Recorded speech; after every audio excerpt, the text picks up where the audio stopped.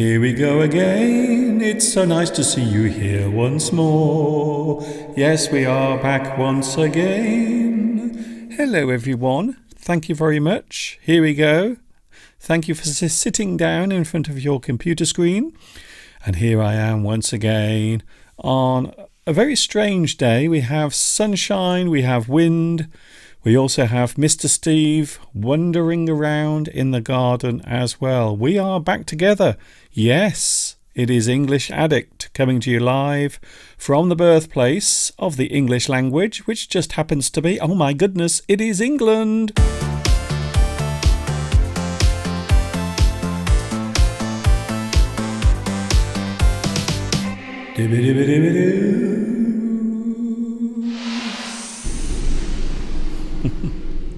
Yes, we are back. Hi everybody. Hi. Hello. Hi everybody. This is Mr. Duncan in England. How are you today? Are you okay? I hope so. Are you happy? I want to see those smiles on your face. I want to see you smiling wherever you are in the world. Hello to you. And here we are. We are now live on YouTube. It is English Addict Extra. Everything is a little bit different. You may have noticed already. The studio is still looking different. We have a very special guest staying with us at the moment. So my studio is being used for other things. But we are here. First of all, sorry about Sunday. I wasn't here with you on Sunday, but we are here today anyway. We've made it. Even though on Sunday I was not with you, for which I apologise, but then we are here now. So it doesn't really matter when you think about it, because I wasn't with you on Sunday, but now Sunday has gone. And now it's a new day. And we are here together. So that's the most important thing. Yes, my name is Duncan. I talk about the English language. You might say that I'm one of those up there. I'm an English addict, you see. I like English very much. And I have a feeling maybe you do as well. Yes, we have made it all the way to the middle of another week. It's nice to see you here and sharing your Wednesday with us.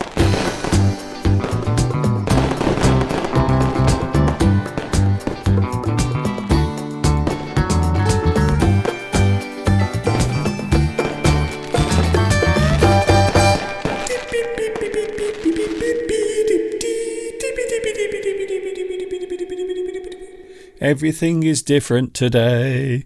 It all feels different. Everything. Now, between you and me, I'm not a big fan of change. When things change, I'm not a very big fan. However, there have been some big changes taking place this week. First of all, my studio looks slightly different. So that is a little bit different. Wait there a moment. There is something annoying me right here. Let me just make a little change. My screen is showing on the camera and it really is annoying. You know what it's like. Sometimes small things can be more annoying than big things. Maybe something very small, something tiny, but you are very aware of it and it becomes annoying over time. So my computer screen is showing here on the camera. And I find it really annoying. I am fussy. It is something that a lot of people say, including Mr. Steve. Steve is always complaining. He says, Duncan, you are too fussy. When you are setting up your camera and your equipment, you are too fussy. Well, I think it is a good thing to be fussy. Sometimes you need a little bit of perfection in the world, don't you think? So yes, that is annoying me. I'm going to change that a little bit later on so you can't see it on the screen. Yes, we are back, and yes, we are here together live from England. I suppose I should also say hello to the live chat. Nice to see you here as well. All my fellow English addicts watching around the world. This is the largest classroom on the internet. Hundreds, thousands, if not millions of people are watching right now. And this is also the friendliest community on YouTube as well.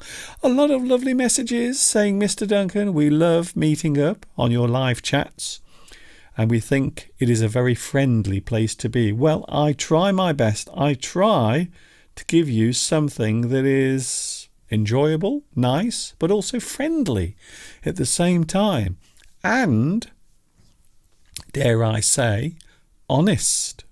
Ooh, sometimes being honest means maybe hurting someone, maybe saying something that another person does not like, but sometimes you have to do it. As I said, we have the live chat as well as usual, although things are a little bit different. We have Beatrice. Hello, Beatrice. Guess what? You are first on today's live chat. Congratulations to you.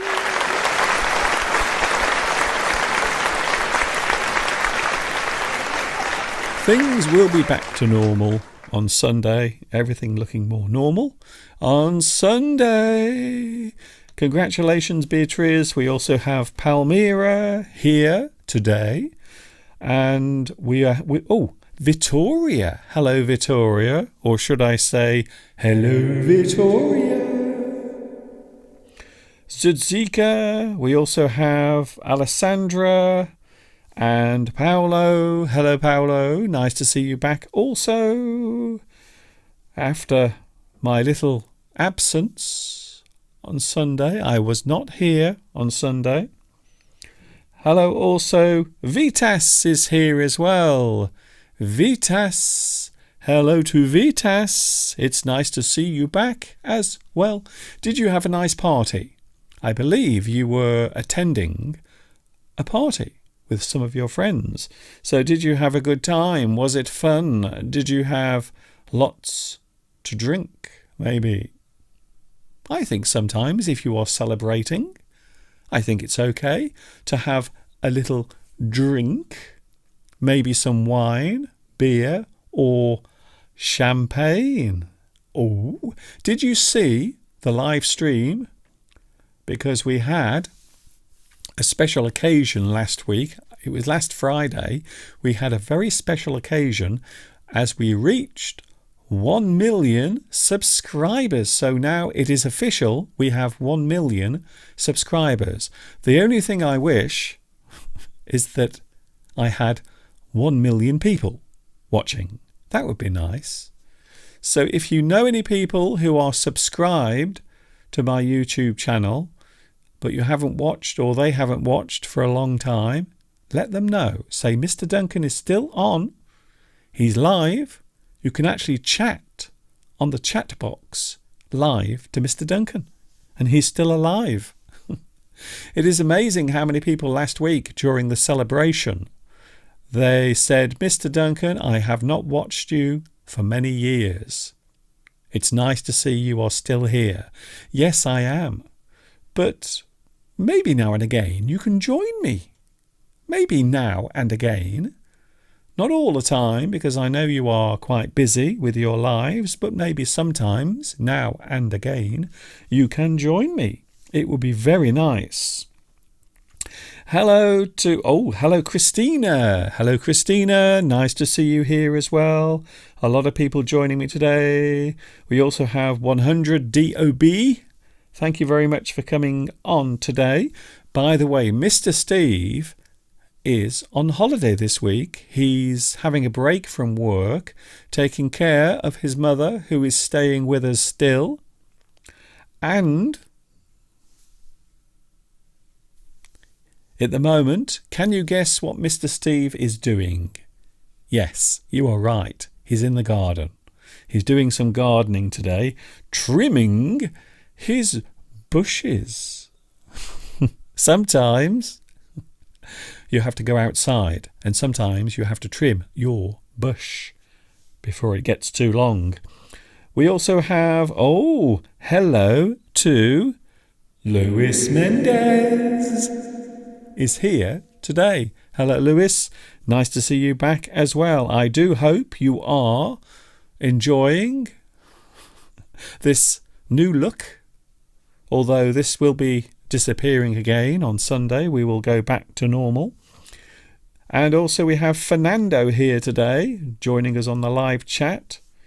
Alessandra as well. Hello to you. So many people joining in now on the live stream. Nice to see you here. Of course, we have some subjects, some topics to talk about today. Anything you want to mention as well? Maybe you are concerned about the situation here in the UK. Things changing all the time here. The price of things, all of the prices are going up. And it's probably the same where you are as well. So maybe there is something that you want to mention as well. There is, we have Khulud is back. Hello, Khulud. Nice to see you here as well on the live stream. Today's subject is, in fact, it's a subject about two things. We are talking about prefixes today. The prefix over and under. Quite often we can add those words to other words that exist to give them a different meaning. So that's what we are doing today. Christina has had a very busy week. Last Tuesday I saw a concert and it was the Rolling Stones performing live.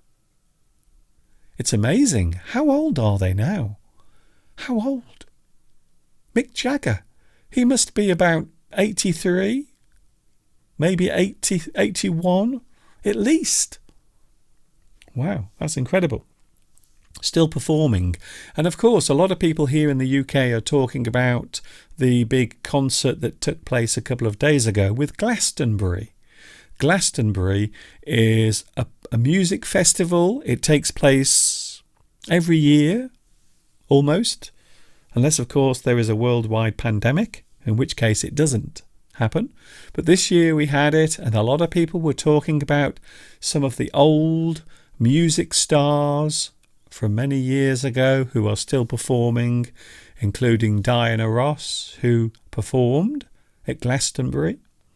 Also Paul McCartney. Paul McCartney is 80.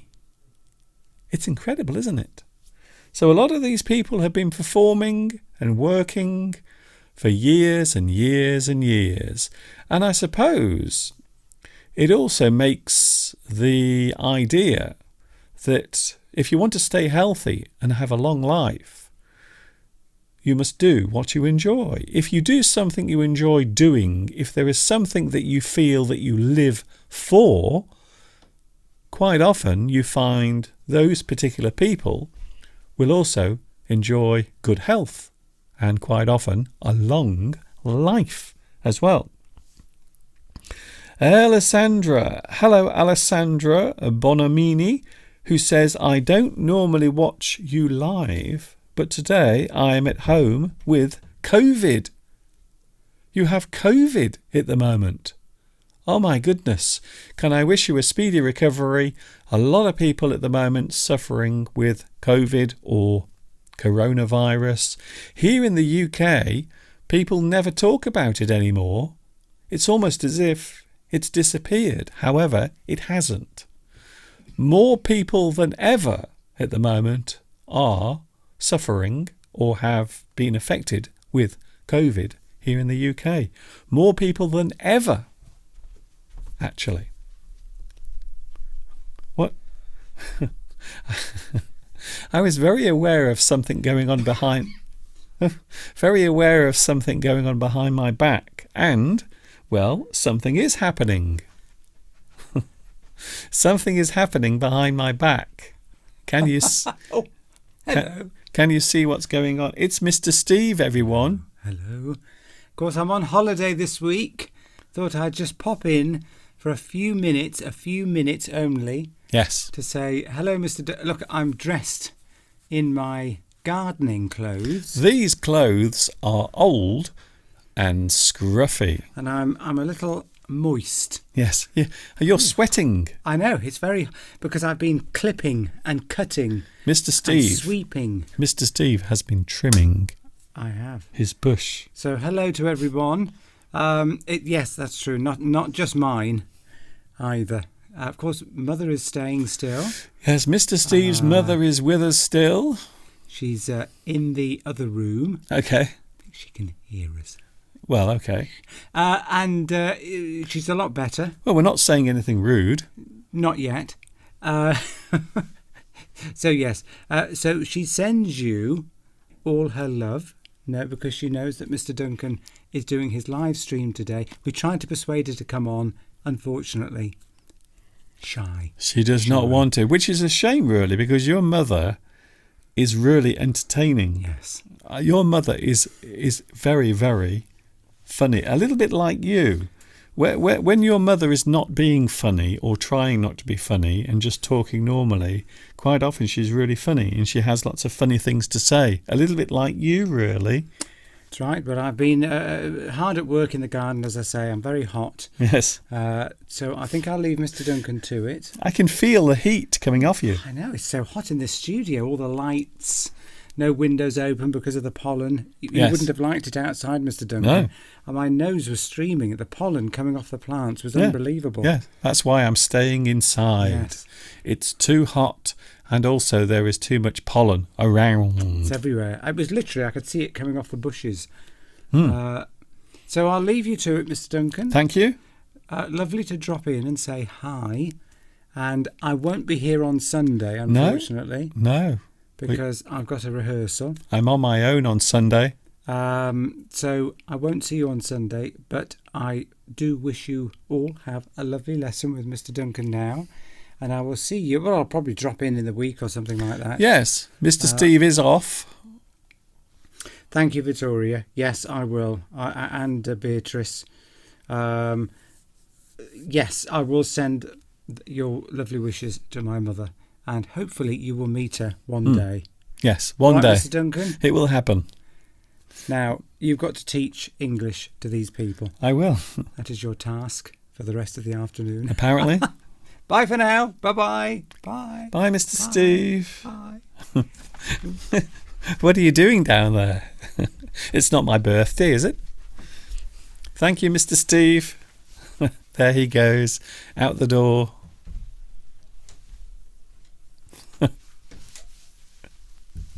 Things are a little bit different today. So there is Mr. Steve. Mr. Steve is having a holiday this week. He's not at work this week. He's taken some time off so he can spend that time with his mother. And Steve's mum is still here. She is in the room just behind me. Just behind me, right behind me. Mr. Steve's mother is sitting, listening to this, wondering what the hell is going on in that room. Hello also. Oh, Claudia is here. I suppose I should also ask Claudia what you are cooking today. Are you cooking something nice today, Claudia? Is there something nice in your pot? I wonder what Claudia is cooking. What's cooking, Claudia? What have you got in your pot? What's cooking, Claudia? Is it something spicy and hot? Is it something salty or not? Oh, Claudia, what is in the pot? What is in your pot today, Claudia? Please let us know. Hello, Murat. Murat is here as well. Caesar. Hello, Caesar. Caesar Atlantico. I love your name, by the way. I'm often fascinated by the names of my viewers because sometimes they sound rather poetic, don't you think? We also have, who else is here? Galina. Hello, Galina. Congratulations, Mr. Duncan. You are now a millionaire. No. I'm not a millionaire, although I do have over 1 million subscribers, but I'm not a millionaire. I wish I was, but I'm not. Someone said the other day on one of the comments on my video, they said, everyone now must send Mr. Duncan £1. And if they did, I would have £1 million. Well, I never thought of it like that. It's a good suggestion. Thank you very much for that suggestion. I will try to remember it. Juan Jose is here. Hello, John Joseph, who is watching in Chile at the moment. Hello to you as well. Nice to see you here today. We have a lot of people joining us already. Thank you very much. Tuan Nguyen says, hello, Mr. Duncan, my idol. Thank you very much. Well, I'm always pleased that I can help you. I'm always pleased to be here if I am making my recorded lessons or if I am here live right now with you, such as the moment we are enjoying together right now. I have had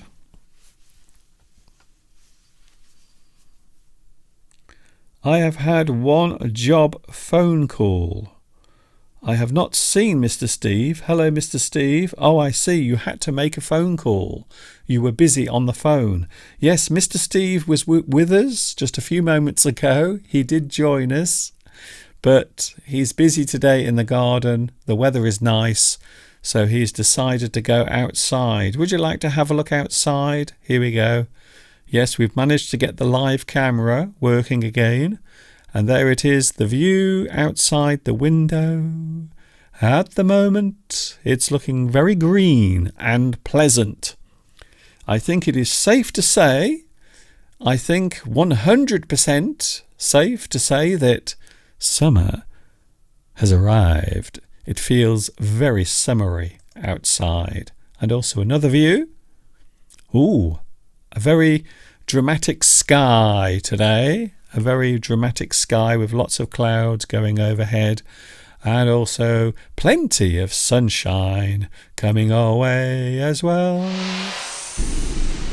It's nice to see you here. We are looking at prefixes today. The prefix is under and over. We are looking at how we use them and why they are used and the way in which they are used to express certain things and situations and states as well. Hello also to Nico. Hello, Nico, watching in Valencia. Very nice place. A big hello to you as well. Irfan is here sending more congratulations. Thank you very much. Yes, I have now over 1 million subscribers. Although I will say, I will be honest with you, it has taken a long time, 15 and a half years to get there, but I at least we've made it. Sometimes an achievement must be waited for. You have to wait a long time. So my 1 millionth subscriber was last week, and it took 15 and a half years. Almost a third of my life I spent here on YouTube. Imagine that. A third, 1/3 of your life spent doing this, talking in front of a camera. Amazing. Claudia says, today we are having Brussels sprouts. Yes, I am very jealous. Very jealous indeed, because I do like Brussels sprouts. We often have them at Christmas time. I know it sounds strange, but there are certain types of food that people only have at certain times of the year. Brussels sprouts. Now, I love them. I love them very much. I wish I could eat them all the time. But most people only make them or cook them at Christmas time. They normally have them with their Sunday roast or their Christmas roast. But not very often. And you might be surprised to find out how many people hate or dislike Brussels sprouts. They don't like them at all. Hello also, Ricardo. Mr. Duncan, you are capsulated, trying to prevent the pollen. Yes, I am locked away in my studio. I can't go outside for very long, because if I do go outside, immediately I will start sneezing. But the good news is, and there is good news, the good news is the pollen season will be coming to an end soon. So normally at the start of July, the pollen will start to fade away in the air, and then my hay fever will slowly disappear. So I do have plenty of opportunity still to enjoy the rest of the summer here in England. Hello to Caesar Atlantico, who says, I have been watching you since 2006. Really? You've actually been watching me since the beginning of my channel. 2006. I often think about the times that I spent in the early days of YouTube. And I know I say this quite often, but YouTube was a very different place. A very different place indeed in the early days of this actual site. Very different indeed. Beatrice is here, and also we have Karina Galati, who says, hello Mr. Duncan, I am watching you from Brazil. Nice to meet you. It's nice to meet you as well. Thank you very much for joining me today. Very nice to see you all here. Murat, hello Murat, asks, how old are you, Mr. Duncan? How old are you? A lot of people ask that question. I'm always amazed how many people are interested in my age. I don't know why. Why? Why are you so interested in how old I am? Well, I'm actually, this year, I will be 57 this year. So I am approaching 60. In 3 years' time, I will be 60. I will be old. But then a lot of people say these days, 60 is not old. There are people still doing the things that they love, such as Mick Jagger and Paul McCartney. They're still going. They're still going strong. If someone is going strong, it means they are still doing the thing with all the energy they had in the past. They still have all of that enthusiasm and energy. They are still going strong. So I suppose that is one of the secrets. I hope that I will still be doing this when I'm 80. Can you imagine that? I'm still doing my live streams when I'm 80 years old. Incredible. Hello also, who else is here today? Atyaf. Hello Atyaf. Nice to see you as well. We're taking a break and then we will be back. We have some things to look at and things to talk about today. And then I am also going to adjust this monitor as well, because I don't like the fact that you can see it on the camera. And then we will be back. We have prefixes over and under coming up a little bit later on. But first, yes, we are going to have a little break. And lots of people have said, Mr. Duncan, we really miss your cows. We haven't seen your cows for a long time. So here is a video that I filmed a couple of years ago when at the back of the house we had some baby cows living just over there.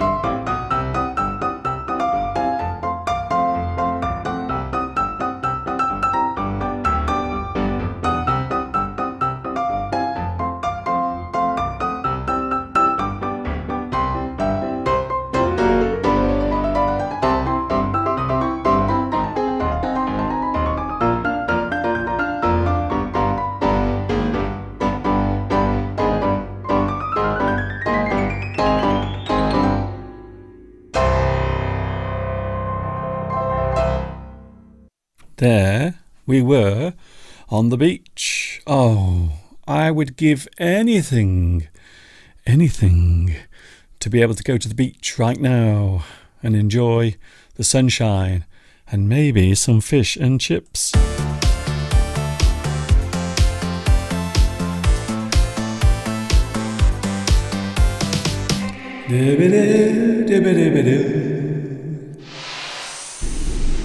We're back once again. Yes, hello everyone. I hope you're having a good Wednesday. This is the final English Addict for June. June 2022 will come to an end tomorrow, and we are back then on Sunday. And of course it will be July, another month. We are now over halfway through the year. It's going by so quickly, don't you think? Well, I think so as well. Vittoria says, I like the video with the sandcastles because it looks like we're playing like little children. Well, I suppose sometimes it's good to play around. It's good to be silly, don't you think? I think so. Anyway. Hello also to... Who else is here today? I'm just trying to... Hussein is here. Hussein Kamis, who says, nice cows. Well, we do have some cows at the back of the house at the moment. Some different ones. So not the ones that you just saw in the video, but some different ones. But they are very friendly cows. Incredibly friendly. And quite often in the afternoon they will come down to the fence at the back of the house and they will all gather round. They become very inquisitive, very curious. If I am outside doing something, or if Mr. Steve is outside in the garden doing something, quite often the cows will come down and they will have a look to find out what is going on. Christina says, my husband is British, but he has no patience with me. Also, he says that I don't know grammar. Christina Bourne. Well, can I just say, one of the hardest parts of learning English, and for those who are learning English, I suppose grammar is one of the hardest parts, especially if you are trying to learn English from another language. Because in certain situations, grammar does not work in the same way. So learning English grammar can be confusing for those who are coming from their own language, because quite often the sentence structure, the syntax as we call it, is different. The placement of certain words. Sometimes you have past tense, sometimes you don't. In some languages you have the male and female version of a word. Quite often in English we don't. We don't do that. So yes, it can be a little difficult, especially when we are talking about grammar. However, my advice is always the same advice that I give. If you make English part of your life, you will find that grammar and new words, both of those things will come to you. They will be things that will slowly build. So you can't learn English quickly. And there are people who say that you can, but they are lying because you can't. You can't learn English fast. You can't learn it in just a few weeks. It is impossible, because then you have to put it into practical situations, and that takes time. It takes time. So sometimes when you are learning something, sometimes you need a little bit of patience as well. Patience. You have to remain calm. Sometimes you might think that your English is not improving as fast as it could be, when in fact it is. And quite often people do underestimate their English. So they believe that their English level is worse than it really is. It is possible to underestimate. So you think in your mind, you believe that your English is not very good, but in reality it is. And this is something I used to talk a lot about to not only students but also teachers as well. It is important to identify and also make sure that students don't feel demotivated by what they feel they are doing. Sometimes it is good to encourage your students to tell them that they are doing better than they think. So I think this is something normal. It's very normal for a person to believe that they are doing much worse than they really are. So quite often it is possible to underestimate your ability. Hello, Zishan. Zishan Khan is here. Very nice to see you as well. Udom Vanapat says, hello, Mr. Duncan from the old man in Bangkok. Nice to see you again, and a big hello to you watching in Thailand. It's nice to see you back as well, Udom. It's always nice to see my regular viewers, but also my new viewers as well. Perhaps you have only discovered me. It's taken 15.5 years for you to find me, but now we're here. We are here together.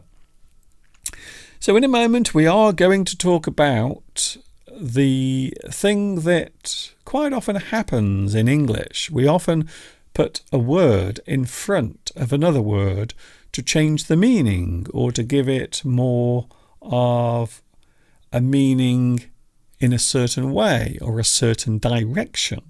And today that's what we're doing. We are looking at 2 particular prefixes. And those prefixes are, you will see them on the screen in a moment. There they are. Under and over. So we will often add these particular words to the beginning of another word.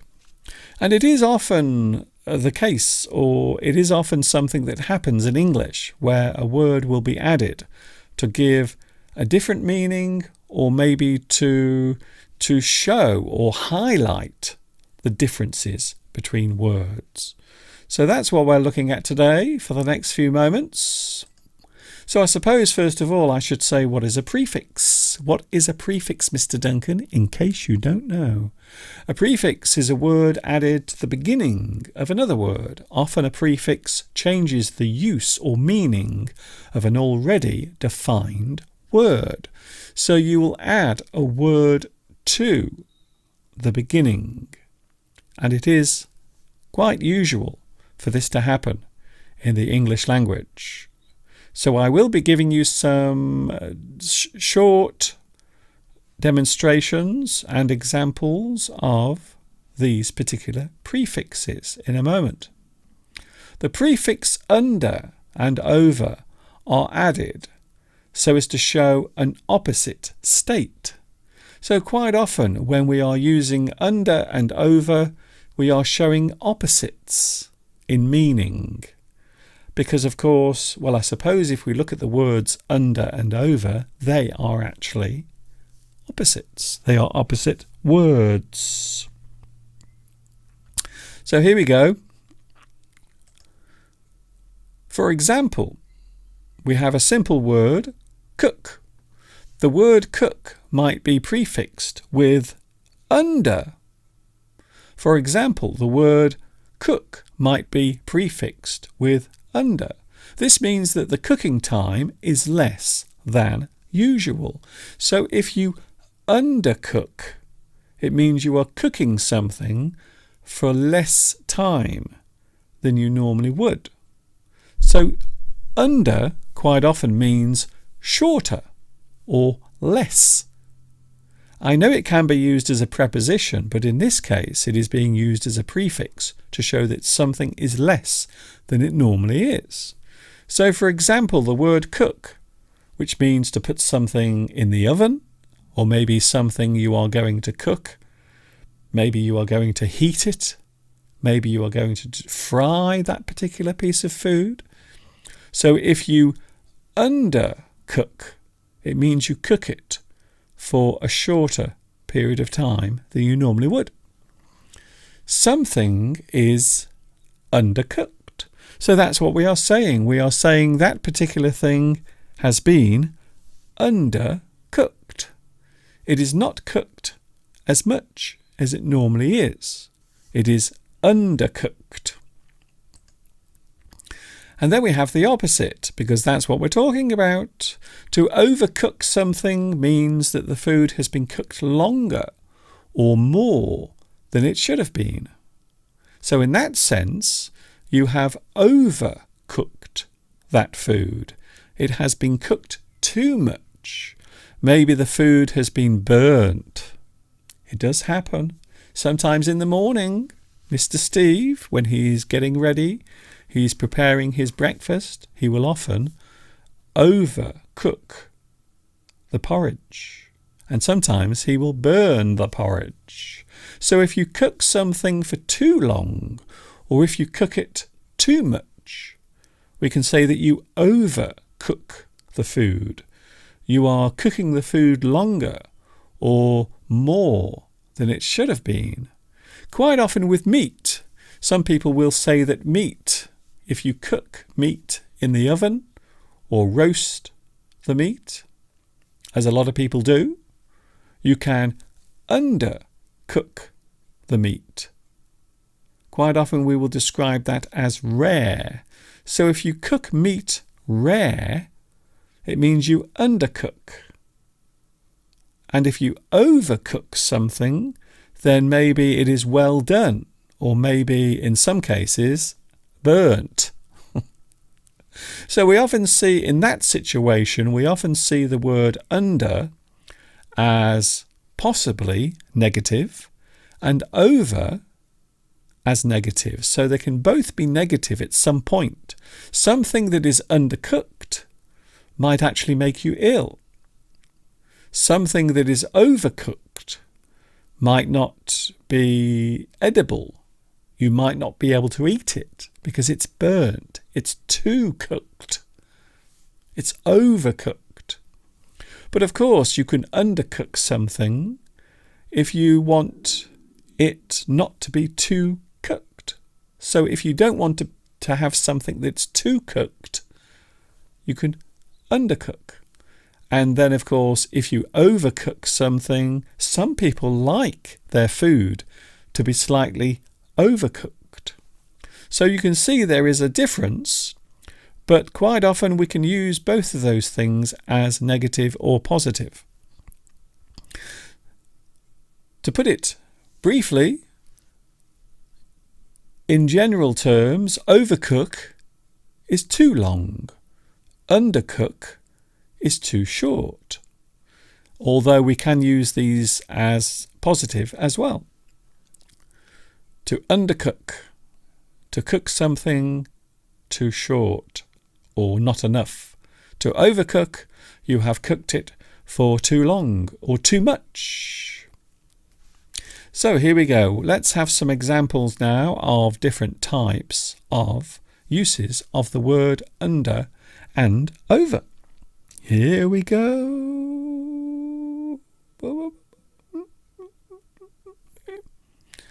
Expose. Oh, an interesting word. So first of all, we have the word at the top, expose, which means to show or reveal.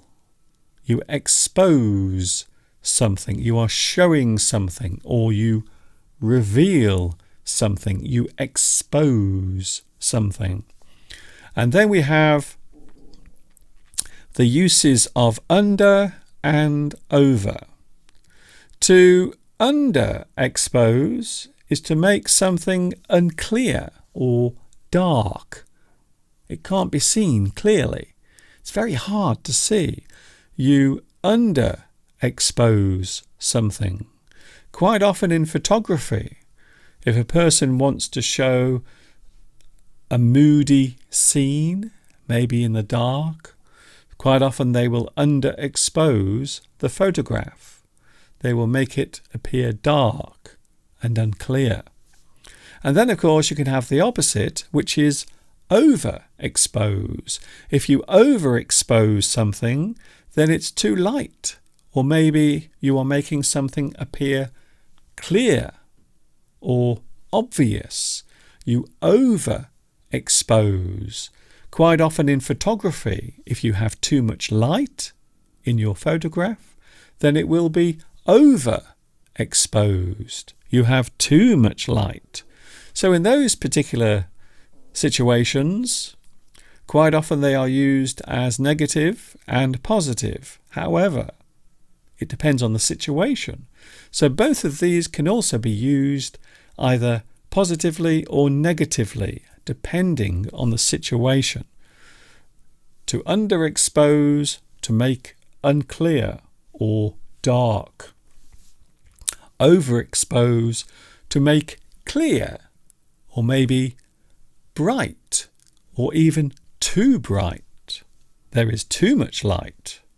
It is overexposed.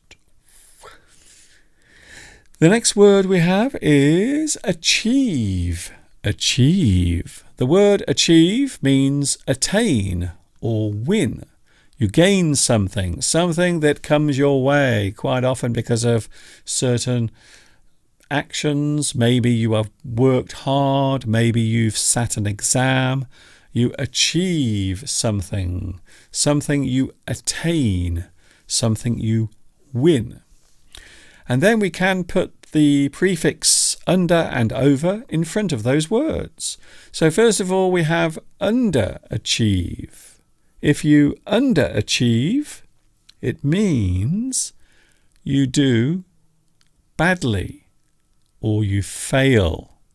So if you do badly, if you fail at the thing you have tried to do, or maybe in life, if you've never succeeded, if you've always failed, we often say that that person has underachieved. Underachieved. So to underachieve is to do badly or fail. And then we have the opposite, overachieve. To do exceptionally well or above the standard that is often recognized. So quite often a person who overachieves is a person who does much better than expected, or maybe much better than is required. And it is possible, and this is the thing that always amazes me. Maybe you are going for a job, maybe you are applying for a job. Sometimes it is possible to be overachieving in your life. Maybe you have done too well. It is possible to overachieve. So some people see that as a negative thing, although for most of the time, and I think for most people, it is seen as positive. So if you underachieve, it means you often do badly or you fail, and overachieve is to do exceptionally well. I like those two. Here's another word. This is one that you might not be aware of, but it is a real word. The word is whelm. Whelm. The word whelm means bury or submerge. Maybe you push something under the ground or beneath the sea. Quite often used in battle when ships on the ocean are maybe attacking each other. You whelm a ship. You tip the ship over. You capsize or submerge the ship. Well, guess what? We have prefixes that can be added to that word. We have the word underwhelm. Underwhelm. If you are underwhelmed by something, it means you are unimpressed. Unimpressed. Something a person is doing, maybe they are performing something, and you think, that's not very good. That's not very good at all. I don't like it. It is underwhelming. You feel underwhelmed. The thing you are watching or experiencing is not impressive.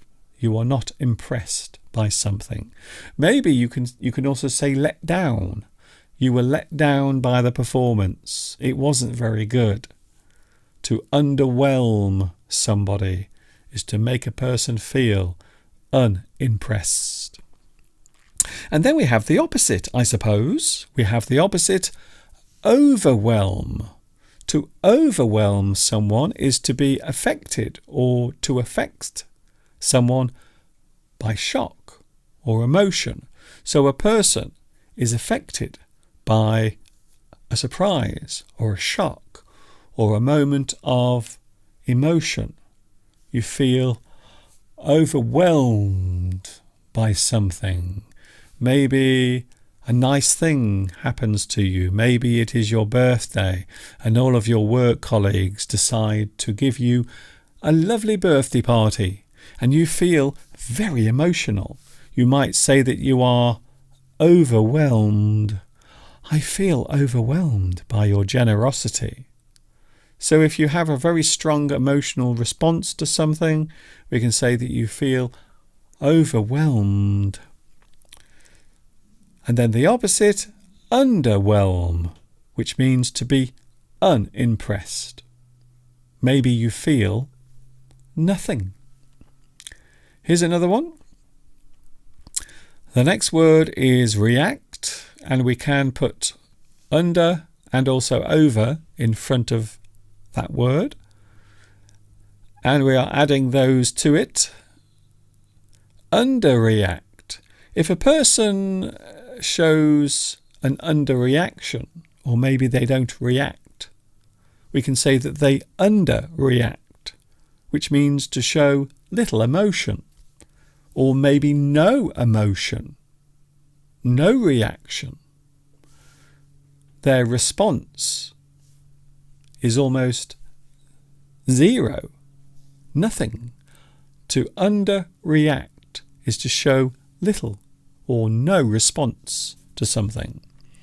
And then we have overreact, a person who shows too much emotion, or maybe they react too strongly about something. They overreact. This happens quite often. Maybe people overreact, maybe in a marriage. Perhaps the husband comes home late from work, but he has a very good reason for it. But the wife gets very angry and she starts shouting and screaming and chasing him round the house.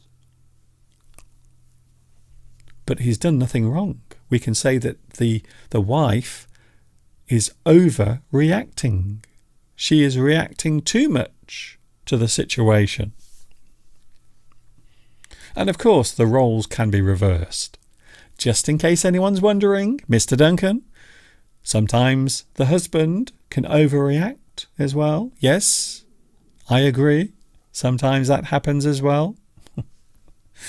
So to underreact and overreact. Here's another one, play. Oh, I like this one. Play. The word play is to perform or act. You are doing something, maybe pretending. Maybe you are enjoying an activity. You play. You play. Zishan. Hello, Zishan. What is the difference between sympathy and empathy? Sympathy is to show your support. Empathy is to feel another person's pain, anguish, or happiness. You understand it deeply. So empathy is a deep understanding of another person's emotional state. Hello, James. James Garata. Hello to you. James says, so overwear means to have too much underwear or too many pairs of underpants. Not really, but maybe if you wear the same clothes all the time, constantly, every day you wear the same thing, we might say that you overwear it because you are doing it too often. So we have play, we have underplay, and overplay. If you underplay something, it means you do something in a restrained way. You hold yourself back. You control your emotion. You appear calm. You underplay something. Maybe you are playing poker and perhaps you underplay your emotions. You don't want the other people to know that you are excited because perhaps you have a full house in your hand. And then we have overplay. Well, overplay is the opposite. You exaggerate an emotion. You are doing something too much. Very similar to overreact. So overplay means you are exaggerating something. Maybe your feelings, you are exaggerating them. You are making them feel, or you are making them appear more than they really are. Underplay, restrained. Overplay, exaggerated. Here's another one. We are coming up towards the end. The next word is use. Use. To use something is to apply or utilize. So if you use something, you are applying something, you are doing something with a certain action or maybe an object. You use that thing. Well, we can have the prefix under and over at the start of that word. We can underuse something. If you underuse, it means you make little use of something. You don't use something enough. Something is underused.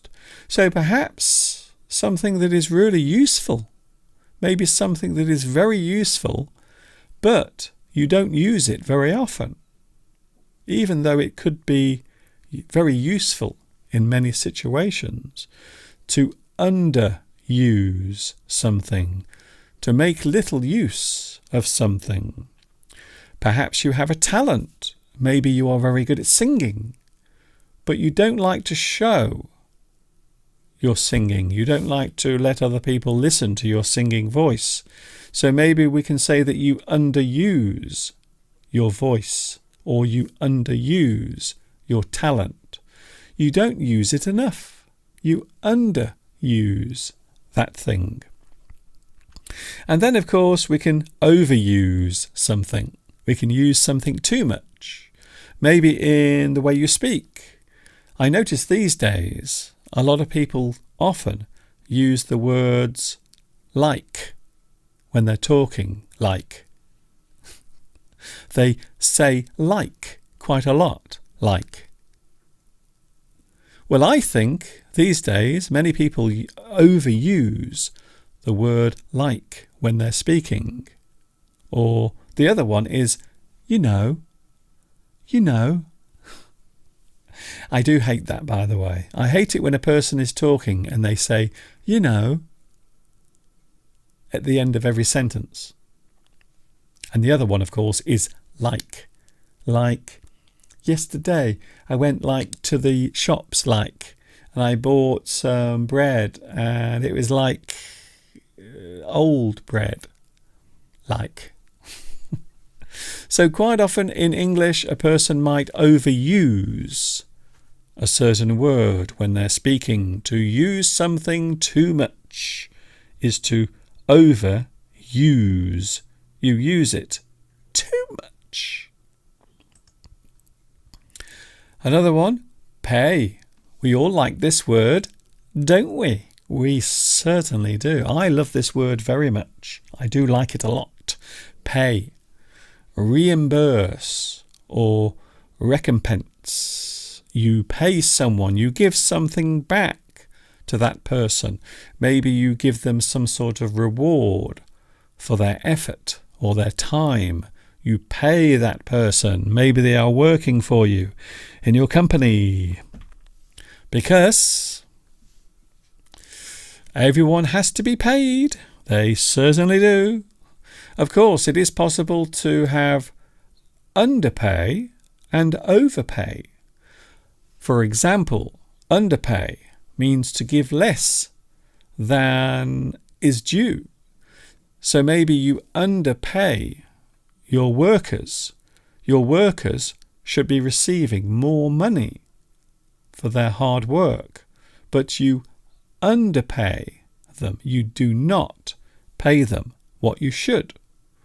And this can happen sometimes if you are working for someone and they might underpay you, or maybe they give you less than you should have. And then we have overpay. A lot of people these days here in the UK are saying that people who are working for the government are quite often overpaid. If you overpay someone, it means you give them more than they are entitled to. They are getting paid too much. They are getting paid more than they should be. To overpay. You give someone too much money, and if you underpay, you don't give them enough. You give them too little. Another one.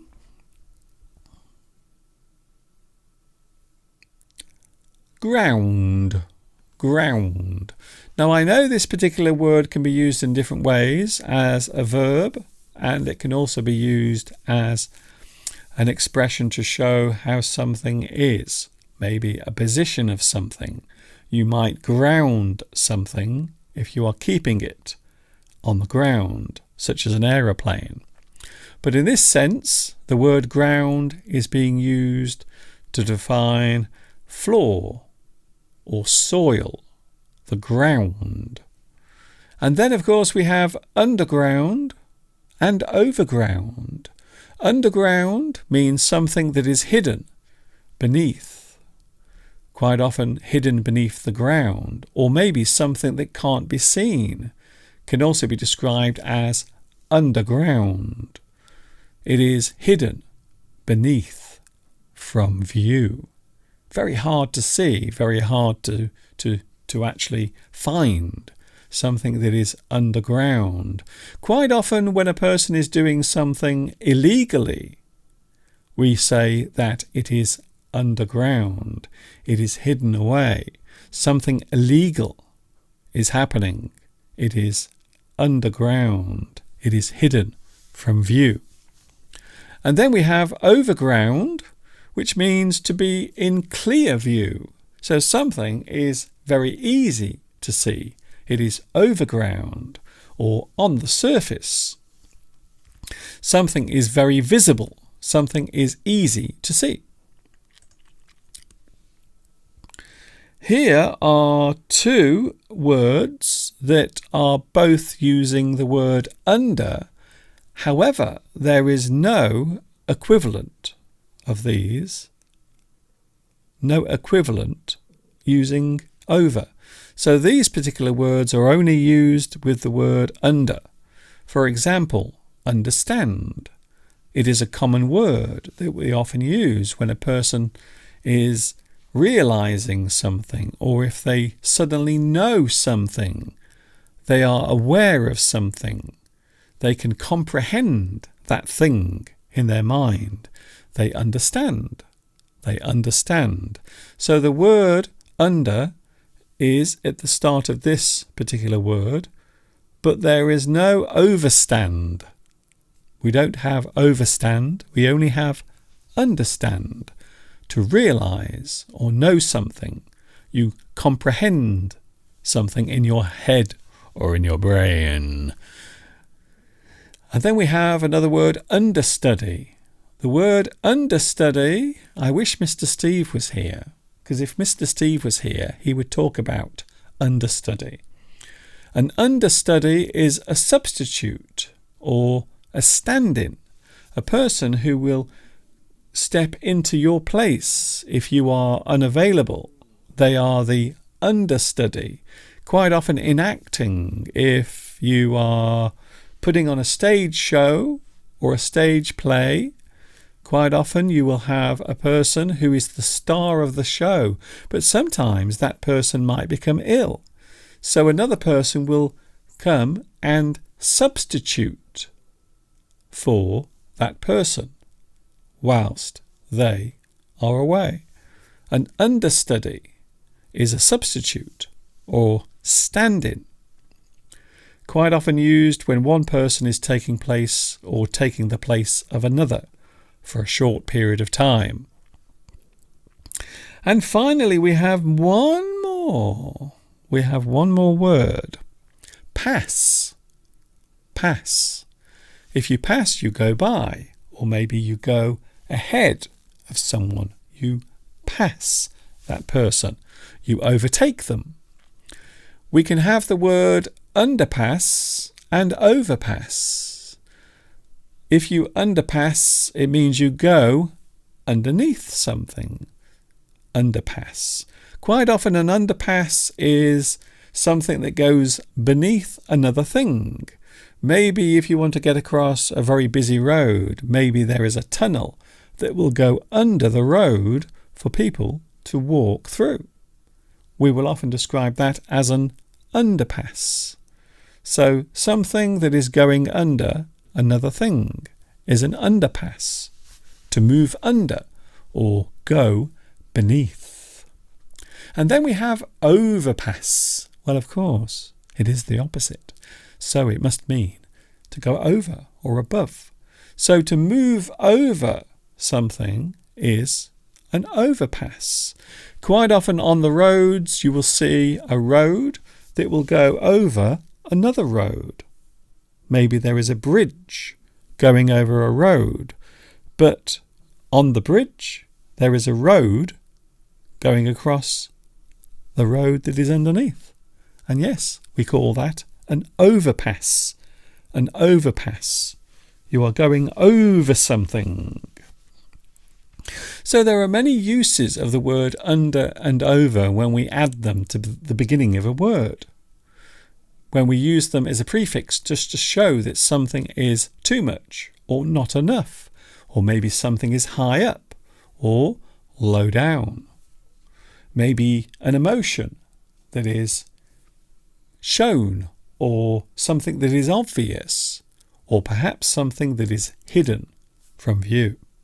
So there are many ways of doing that, many ways of using under and over. I hope that's been useful. I hope it has been useful to you. I really do. A quick break, and then we have one more thing to look at, and then I will be back with you again. Don't worry, I'm not going away just yet, but I will be going in around about 10 or maybe 15 minutes from now. Don't go away.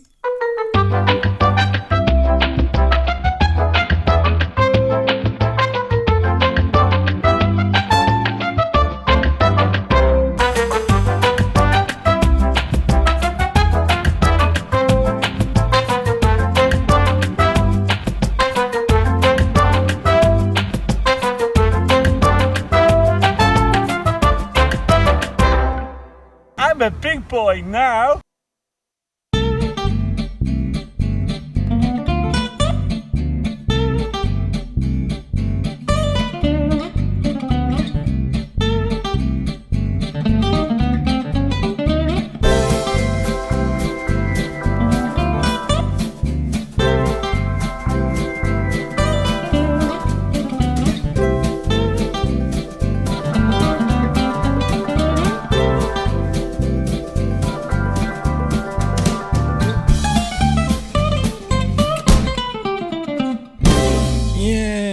Splashing around in the puddles is what I like to do.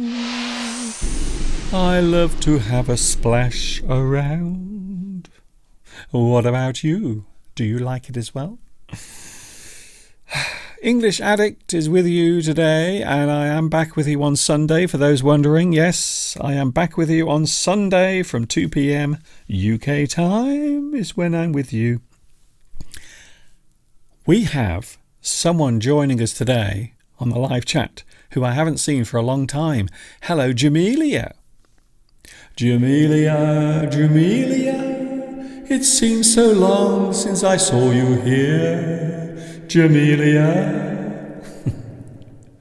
Welcome back, Jamelia. It's nice to see you here. I believe you've been rather busy over the past few months, but it's nice to see you joining us today. Yes, some things have changed and some things are exactly how they've always been, like me, for example, and also Mr. Steve as well. Hello, can I say hello to, yes, I'm so surprised, and I think a lot of other people are as well, to see Jamelia here. Thank you very much. It's very nice to see you here as well. Thank you for joining me today. Hello to Lewis, who says,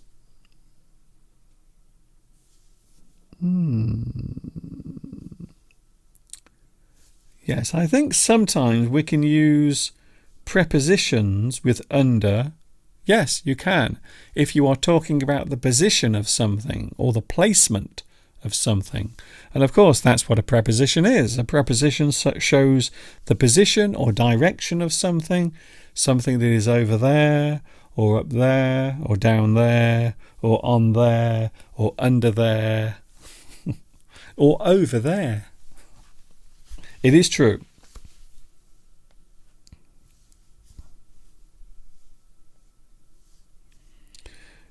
Akinator. Oh, hello, Akinator. Akinator. I haven't seen you for a long time either. Where have you been? Have you been busy? I believe you have. It has been a strange time for many people, I suppose. Some people are now slowly getting back to normal with their lives, like here, for example. We are all trying to get back to normal. And we will be back with you, hopefully normally, on Sunday from 2 p.m, even though on Sunday Mr. Steve will not be here, unfortunately. We have no Mr. Steve on Sunday because he's busy with his show coming up. So he does have a show that he's starring Mr. Steve. Wow. But he won't be here on Sunday. It will just be me. Alessandra says, I have to go now. See you later, Alessandra. Don't worry, you can watch this again. If you have missed anything, you can watch it again. Here we go then. I'm going to have a look at the difference between these particular sentences, and I think it's an interesting thing to look at because there are some differences between the way these sentences are used. I will give you the first example. If you have to do something, and quite often you will say, I have to go out, I have to do something, I have to buy something from the shop. Something you have to do, something you have no choice about. So you have to do it. You have no choice. You have to. For example, I have to work this weekend. So this weekend, I have to work. I have no choice. So we often use this in English when we are talking about something we have no choice. We have no way of saying no. It is something we must do. You have no choice. So you might say that I have to work this weekend. And then, of course, we have want to. Something you want to do. Well, quite often we just define this as having a free choice. So this is your choice or your decision. You want to do something. I want to. It is your choice. For example, I want to see you tomorrow. I want to see you tomorrow. It is something you want to do. You are choosing that thing. It is something you want to do. I suppose another word is desire as well. You can use the word desire instead of want. I desire. although it does sound a little bit too formal, to be honest. So most people say want to, I want to see you tomorrow, I want to go to France. Does that sound like a good idea? I think so. And then we have need to. When we use the phrase need to, we are showing that we must do something. Something that is important, something that needs to be done. It needs to be done. And I'm going to sneeze.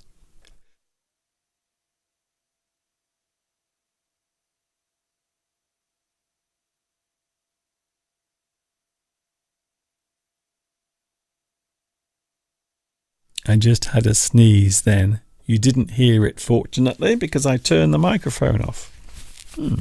That's nice. I think I will be going in a few moments, and I think it's a good job that I'm going. So something you need to do is something you must do. You have an important thing that must be carried out, a thing that must be done. I need to do that. For example, I need to post this letter. There is a letter that you have to post. It must get to the place that you are sending it to immediately. It is important. It is something you need to do. It is something that you need to carry out, or something you need to achieve. Basically, have to expresses lack of choice, no freedom. So something you have to do, you have no choice. Quite often we will talk about laws that exist across the country, things you have to do. You have to do that particular thing. You have no choice. You have to do it. If you are working for someone, then you have to go to work. You have to go into work. You have no choice. You have to do it. Something you want to do expresses desire or even longing, something you've always wanted to do. I want to go to Paris. Apparently, a lot of people say it is the most romantic place in the world. Of course, there are other places that are also quite romantic as well. And then we have need to. If you need to do something, then that expresses urgency, something that must be done quickly, in a hurry. You need to do that thing. Maybe there is only a small amount of time to do that thing in. You need to do it quickly. You express the urgency of something that must be done quickly. So we have to, want to, and need to. Quite often in our day-to-day lives, we will use at least one of these somewhere. We will use have to, want to, or need to. And they all have their own special meanings and ways of expressing themselves.